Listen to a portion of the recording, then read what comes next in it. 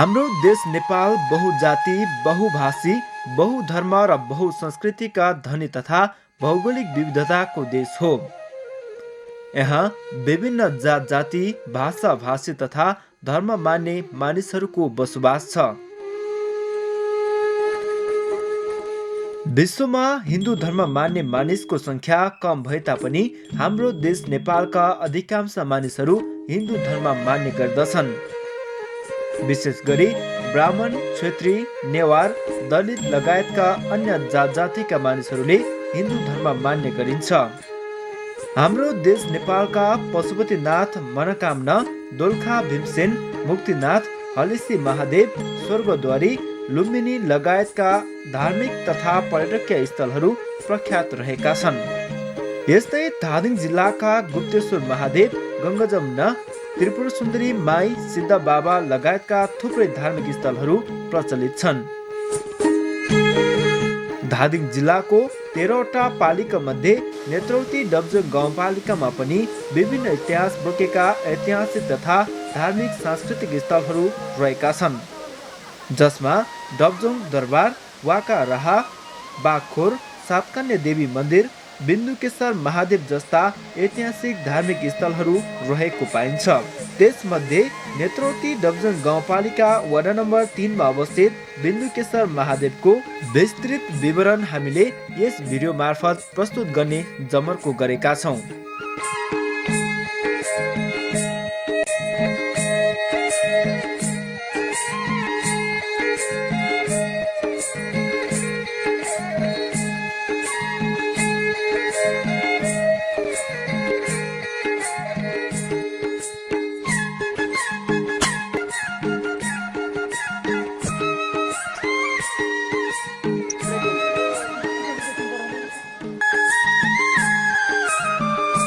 धादिङ जिल्लाको सदरमुकाम धादिङ बेसीदेखि करिब 24 किलोमिटर र नुवाकोटको सदरमुकाम बिदुरदेखि करिब 19 किलोमिटर दूरीमा अवस्थित श्री बिन्दुकेश्वर महादेव स्थान मध्य पहाडी राजमार्गदेखि करिब 3 किलोमिटर भित्र पर्दछ। आम्ने सामने श्री बिन्दुकेश्वर महादेव स्थान धादिङमा र श्री पार्वती स्थान नुवाकोटमा अवस्थित छ भने जसको बीच भागमा सफा स्वच्छ र निश्चल भरेङबुरुङ खोला सुसेल्दै छरेको देखिन्छ।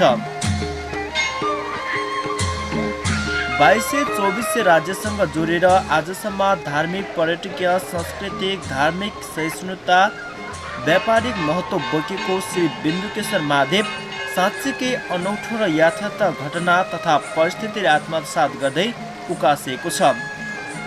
पूर्वमा नुवाकोट जिल्ला मेगाङ गाउँपालिका र पश्चिममा धादिङ जिल्ला नेत्रौती डब्जोङ गाउँपालिकामा पर्ने गैरा वागा टुडीलाई शिर बनाएर भरेङबुरुङ खोलाको नाममा चिनारी हुँदै श्री बिन्दुकेश्वर महादेव स्थान र श्री पार्वती स्थान मन्दिरलाई बीच पारी धार्मिक र नुवाकोटको सिमानाको रूपमा तल झर्दै थोपल खोलासँग मिसिएर थोपल खोलाको नाममा चिनारी भएको छ। भरेङबुरुङ खोलाले सिमानाको काम गरी धादिङ र नुवाकोटलाई छुट्याएको छ, जहाँ धादिङ जिल्लामा श्री बिन्दुकेश्वर महादेव स्थान पर्दछ भने नुवाकोट जिल्लामा श्री पार्वती स्थान र विभिन्न शिवगण तथा गणेशको मूर्ति पर्दछ।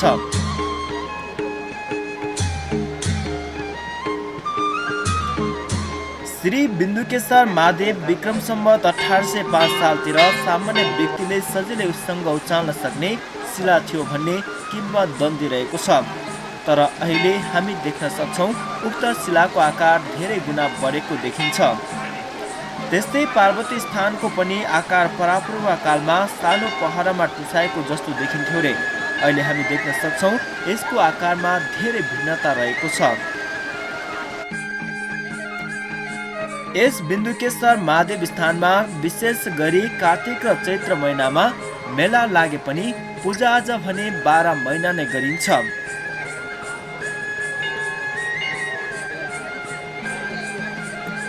यहाँ कुनै धर्म जात विशेष नभई हरेक जात जाति धर्मावलम्बी आउन सक्दछन्। यस महादेवलाई सन्तानेश्वर महादेवको रूपमा पनि पुज्ने गरिन्छ। यहाँ ठुलो एकादशी, रामनवमी, ठुलो एकादशी पश्चातको पञ्चमी र शिवरात्रिमा ठुलो मेला लाग्ने गरिन्छ।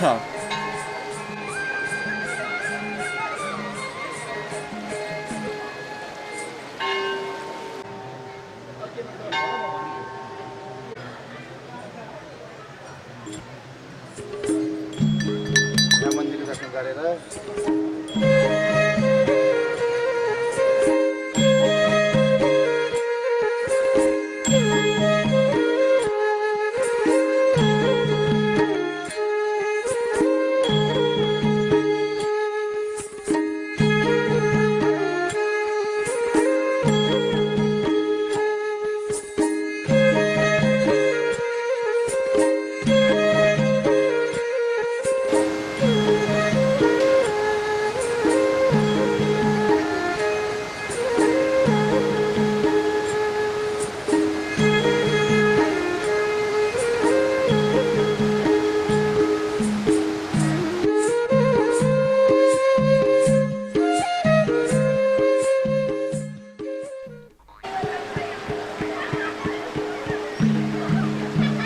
बिन्दुकेश्वर महादेव स्थानमा रोग मात्र नभई अन्य विविध कुराको लागि पूजा गर्ने, डोली ल्याउने, भाकल गर्ने आदि कार्य गरिन्छ।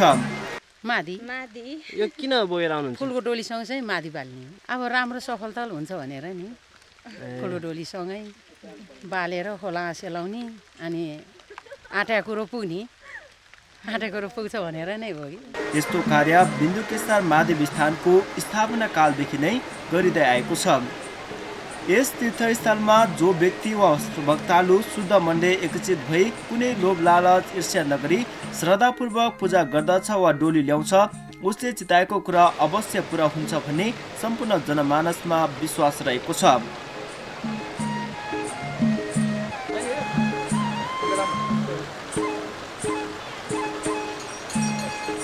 अहिले पुजारी यहाँको धार्मिक महत्त्व चाहिँ अब पहिलेदेखि नै इतिहासमा चाहिँ अब यो बिन्दुकेश्वर महादेव भन्ने प्रख्यात रहेछ र यो अहिले पृथ्वीनारायण शाहको पालाबाट चाहिँ यहाँ धेरै प्रचारमा आयो। त्योभन्दा पछाडि चाहिँ के थियो कति थियो अगाडि त्योभन्दा पछाडि चाहिँ अनि चर्चामा हुँदै आएर अब अहिले चाहिँ सबै कुराको व्यवस्थित पनि हुँदै आयो अनि मन्दिरहरू पनि बन्दै आयो अनि हामीहरूले धेरै सङ्घर्ष पनि गऱ्यौँ। अब यहाँ जाँडक्सी हटाउने काम गऱ्यौँ, लाइन बसाएर चाहिँ पूजा गर्ने काम गरायौँ अनि विभिन्न किसिमबाट चाहिँ अब यसले चाहिँ के भन्दा कहिले गाईहरू पनि लुकाउने, कहिले अब यहाँ दुध बग्ने त्यस्तो पनि हामीले धेरै पायौँ। अनि अब यो ठाउँ पहिलेदेखि नै खड्गरे भन्ने पनि ठाउँ रहेछ। खड्गरहरू हामीलाई चाहिएको बेलामा भाँडाकुँडा सबै दिने अनि लुकाउने, फेरि अनि ल्याएर राखिदिएपछि फेरि लुकाउने, चाहिए दिन आएर पूजासुजा गरेपछि दिने। अनि अब यो यसको इतिहासले अनि अब यहाँ सानो कता अब पृथ्वीनारायण शाहभन्दा पहिला अब एउटा सानो लोरो जस्तो ढुङ्गो रहमा देखिन्थ्यो अरे। अनि गोठालाहरूले पौडी खेल्दाखेरि त्यो रहमा हालिदियो, भोलिपल्ट त्यही ठाउँमा गएर बस्ने यस्तो भएर अनि धेरै हुँदा हुँदा पूजा गर्न थाल्ने चाहिँ भयो भने इतिहास चाहिँ पाइएको छ। र त्योभन्दा पछाडि चाहिँ हामीले पृथ्वीनारायण शाहभन्दा पछाडिको चाहिँ इतिहास हामीले लेखेर चाहिँ एउटा किताब पनि लेखेर किताबहरू बनाएको छ। र अब यो चाहिँ सिरैदेखिबाट शिरमा पनि अब एउटा वाका भन्ने ठाउँमा अब यसको शिरमा पवित्र ठाउँ छ, यो चिटा पोखरी भन्ने छ। पानीको पोखरी सधैँ छ, पानीको मूल छैन। र अनि अलि मुनिबाट एउटा सुत्केले उठाएको ढुङ्गो भन्ने छ। त्यो ढुङ्गो पनि हामीभन्दा धेरै अल्को धेरै लामो ठुलो छ। अब कसरी उठाए है, अब त्यो ढुङ्गा भूकम्पले नि केही गरेको छैन। र यो खोलामा चाहिँ अब पहिलेदेखि नै भरे मुरुङ खोला भनिन्छ। र यसले चाहिँ धेरै इतिहासहरूमा धेरै हाम्रा गाईहरू पनि हाम्रै गाई लुकाएका हुन्। 7 दिनमा पूजा गरेपछि गाईहरू आफै आए, कोरली मात्रै गाई लुकाए, गोरु लिएका गाईहरू होइन। र यस कारणले चाहिँ अनि सबैले मान्दै आएका। मेला चाहिँ अब हामीले थाहा पाउँदाखेरिबाट मेला लाग्थ्यो। अनि कहिले लाग्थ्यो भने कार्तिकको एकादशी दिन बढी लाग्थ्यो। अनि त्यसकोबाट नभ्याउने भएपछि त्यसको 8 दिनमा पञ्चमीको दिन लाग्थ्यो। अनि अहिलेपछि कार्तिकमा र चैता चाहिँ अनिवार्य लाग्थ्यो। यो रामनवमी ठुलो मेला हो, तर आज वास्तविक कम छ होइन, मान्छे आइसक्यो भएर होला। यो चैतमा चाहिँ हामीले 1 गतेबाट लिएर गएर आज 8 गतेसम्म भयो, मेला यतिकै छ। अहिलेपछि पनि अहिले चाहिँ प्राय गरेर अब मन्दिरहरू पनि बने, सुविधाहरू पनि भयो, पानी हुरी बतासको पनि सुविधा छ। त्यस कारणले 12 महिना जस्तो मेला। बिन्दुकेश्वर महादेव स्थान सन्तानेश्वर महादेवको रूपमा पूजिँदै आएकाले कसैको सन्तान नभएमा वा गाईबस्तु नभ्याएमा पूजा गर्ने, डोली लाने, भाकल गर्ने, वस्तुको दाम्रो ल्याई पूजा गर्ने, चढाउने गरिन्छ। कसैको सन्तान नभएमा मेरो सन्तान होस् भनी भाकल तथा पूजा गर्ने चलन पनि रहेको छ। मागेको वर पुरा भएपछि भाकल बुझाउने चलन छ। कसैले डोली ल्याउने भाकल गर्दछन्। यसो गर्दा बिन्दुकेश्वर महादेव पार्वतीको कृपाले अवश्य पनि सन्तान प्राप्त हुन्छ भन्ने विश्वास रहेको छ।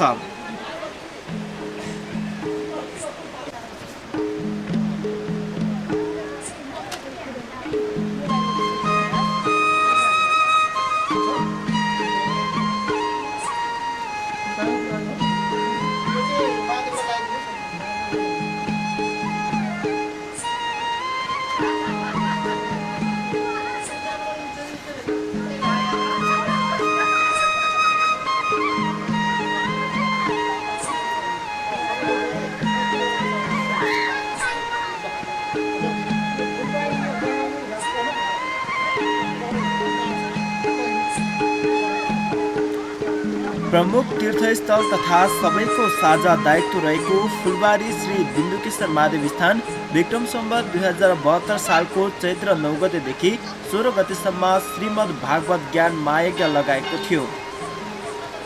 नेत्रौती डबजोङ गाउँपालिका वडा नम्बर 4 भर्याङबुरुङ निवासी समाजसेवी तथा बुद्धिजीवी श्री टिकाराम देवकोटाको अध्यक्षतामा सञ्चालित महायज्ञ धुमधामसँग सम्पन्न भएको थियो।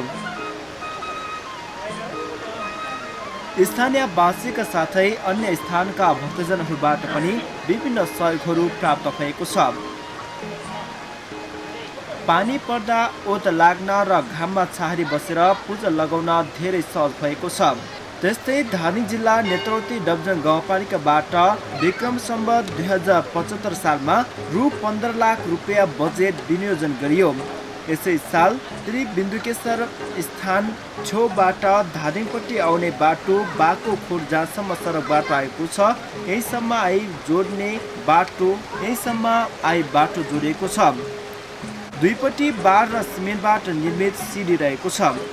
यस सिडीले पर्यटकीय केन्द्र हुने ठुलो सम्भावना देखिएको छ। सरकारबाट पनि सहयोग मिल्न थालेपछि स्थानीयवासी पनि हर्षित देखिन्छन्। विक्रम सम्वत 2075 सालमा सङ्कलित भेटी तथा चन्दा रकमबाट महादेव स्थान नजिक रहेको सिडीको मर्मत सम्भार गरिएको हो।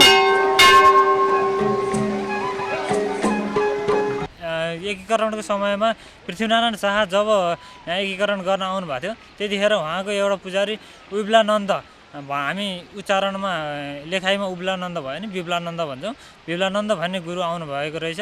उहाँको राम्रो कामले गर्दाखेरिमा यहाँ आएर बसेर यही हाम्रो टक्सार भन्ने ठाउँमा पैसा सिद्धिएको कारणले काटेको यहाँ टक्सार भन्ने ठाउँ पनि छ, राजा बसे चौर। त्यहाँ अहिले बिन्दुकेश्वरकै नामबाट बिन्दुकेश्वर श्री बिन्दुकेश्वर मन्दिर स्कुल स्थापना गरिएको छ।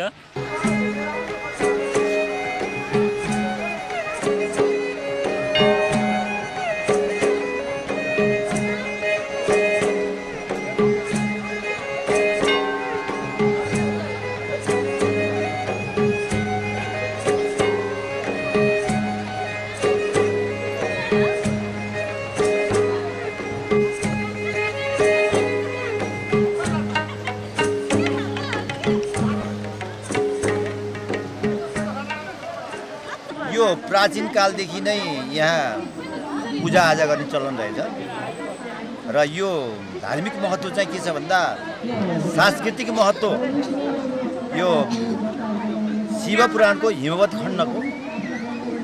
खण्डमा बिन्दुकेश्वर नदी र ब्रह्मरोही बिन्दुकेश्वर महादेव र ब्रह्मरोही नदी भन्ने पाइन्छ र किंवदन्ती अनुसार चाहिँ यहाँ के छ भन्दा त्यहाँ एउटा दह देखिन्छ।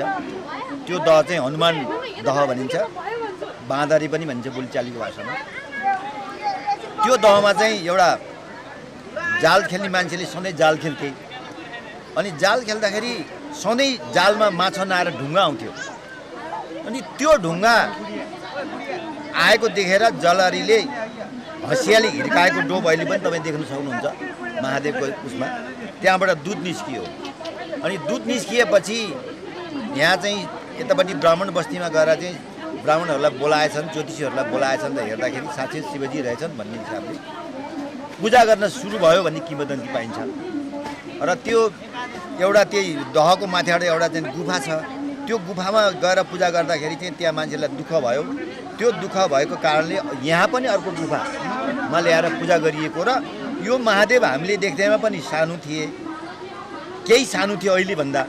अब ढुङ्गा चाहिँ अब सजीव होइन, निर्जीव चिज हो, तैपनि हामी विश्वासको आधारमा हामी त्यसलाई त्यसरी मान्छौँ।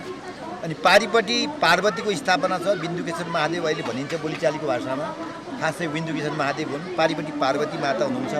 ती पार्वती चाहिँ कस्तो थिए भन्दा मैले आफूले जान्दा अहिले 67 वर्ष पुरा भएँ त यति सानो पिँढको थियो। अहिले त्यो शिला यहाँले देख्न सक्नुहुन्छ, ढुङ्गामा टुसा आएको छ। र यसको महत्त्व भने चाहिँ अब हामीले भन्दा पनि अन्य यही यात्रुहरू यो बिना मिडिया बिना प्रचारबाजी नै यहाँ मान्छे यति आएका हुन्, हामीले बोलाएर आएका होइनौँ।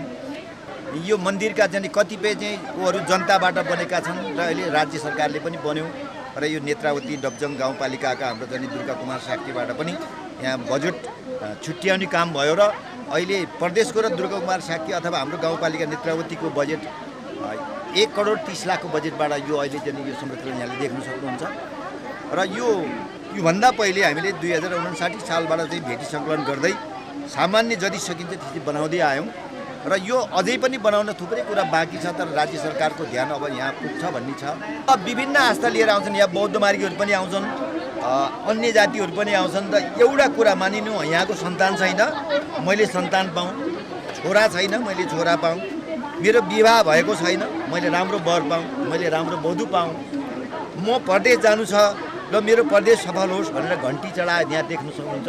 आज पनि कति घन्टी चढ्यो होला र एउटा कुरो माग्दा पाइन्छ भन्ने छ, जनविश्वास छ। यो कारणले यहाँ 2072 सालको चैत महिनामा 3 चोटि दुध बगेको नदी हो यो। प्रत्यक्षदर्शीहरूले देखेका थिए र हामीले पनि स्वयं देखेका थियौँ। अब त्यो दुध बग्दाखेरि चाहिँ कतिले कपडै सुत्दा हामफाल्न भ्याए, कतिले भ्याएन पनि। र यो बेला बखतमा यस्तो चमत्कार यहाँ हुने गर्छ। रोग पेटमा भएको गानु ग्यास्ट्रिकको रोगहरू निको हुन्छ भन्ने एउटा चाहिँ जनविश्वास छ। त्यसकारणले विभिन्न शरीरमा लुतो हुन्छ, अरू रोगहरू, त्यो रोगबाट चाहिँ मुक्ति हुन्छ।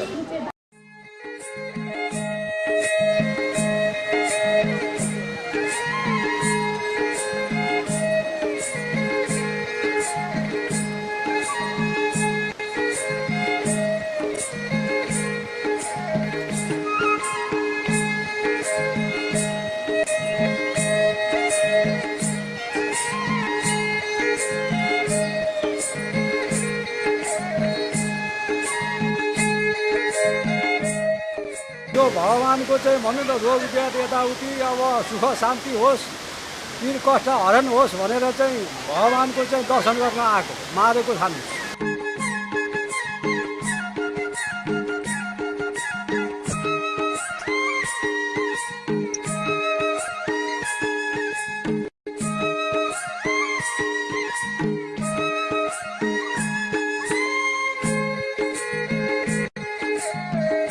यस्तै गाउँपालिकाले डबजोङ दरबार, वाका राहा, बाघ भैरव मन्दिर, घाटुनाथ स्थल, डुबखाङ, बौद्ध दर्शन अध्ययन केन्द्र, निरञ्जना देवी जस्ता विभिन्न धार्मिक तथा ऐतिहासिक स्थलहरूको विकासका निम्ति थप बजेट विनियोजन गरी संरक्षणका लागि गाउँपालिकाको ध्यान केन्द्रित होस् भन्ने आग्रह गर्न चाहन्छौ।